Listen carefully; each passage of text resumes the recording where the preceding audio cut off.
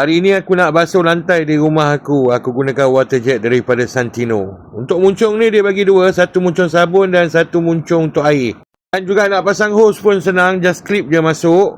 Dan letakkan yang bahagian bontot belakang dekat air lah. Dan juga bateri dikuasakan dengan 988 volt. Memang besar bateri ni.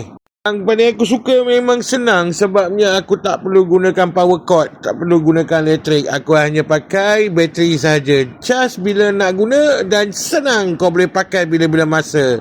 Aku bawa balik kampung juga untuk water jet ni. Sebabnya aku cuma cari sumber air je. Senang kan?